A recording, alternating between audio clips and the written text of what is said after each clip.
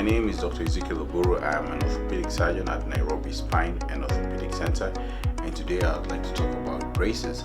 Specifically, in this episode, I want to look at braces involving the lower limb, all braces that we use in the foot and the ankle.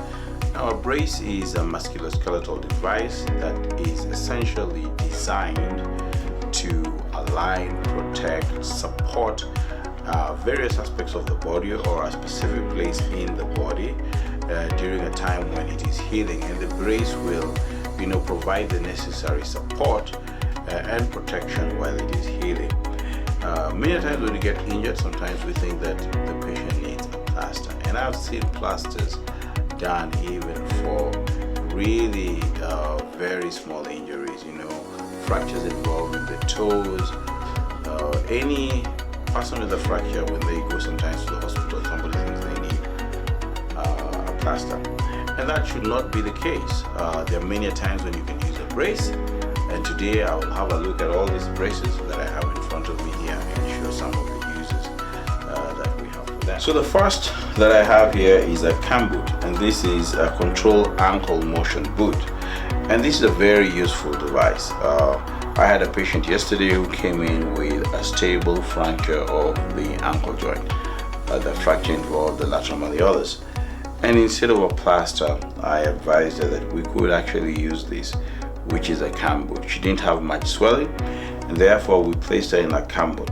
The advantage of a cam boot that I like, sometimes over a cast, is that you can sometimes take it off so that you could have a shower. Obviously, you probably will have your shower sitting.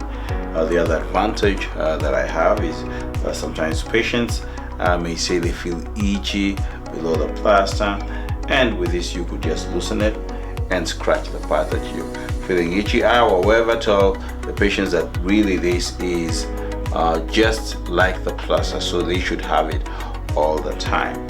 This is a very useful device. It can be used to manage stable ankle fractures. It provides firm support. It has you can pump in air to provide stability and firmness, and so I use it quite a bit, especially for ankle fractures. Sometimes after I fix an ankle fracture, and instead of changing to a cast after 2 weeks, I may provide the patient with this.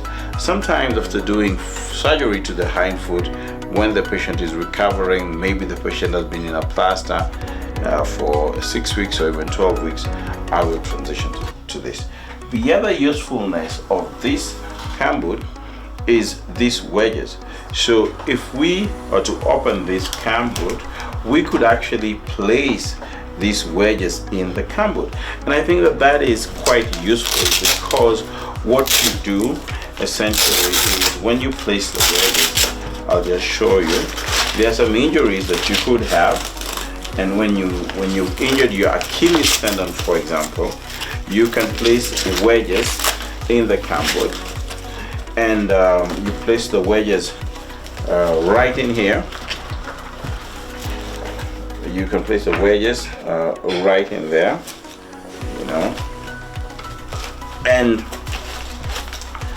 the purpose of placing these wedges is that when the patient stands on the cam boot, the purpose of placing these wedges is that when the patient stands on the cam boot, or when the patient bears weight on the cam boot, you can see that the heel is in that position, and you can sequentially remove the wedges after about 2 weeks, and remove the other wedge after about 2 weeks, and sequentially do that until the time period of healing of the Achilles tendon is done, which is about 6 weeks.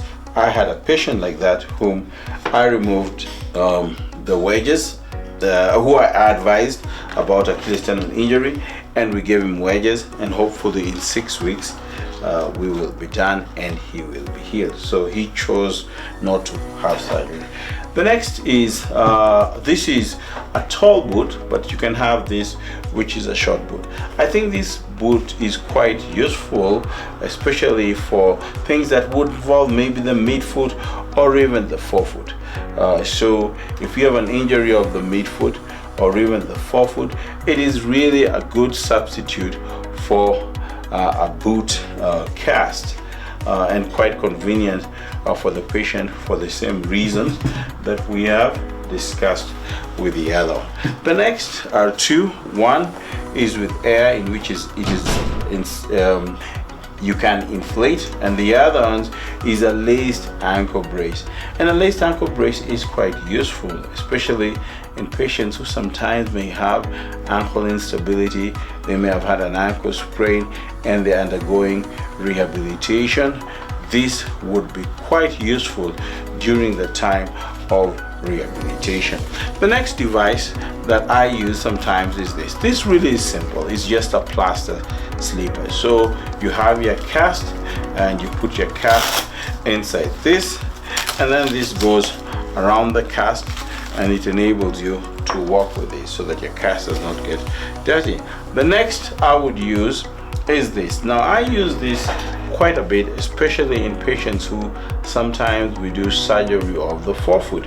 If you can see this is it has a wedge and it offloads the forefoot, so the patient is able to bear weight on this.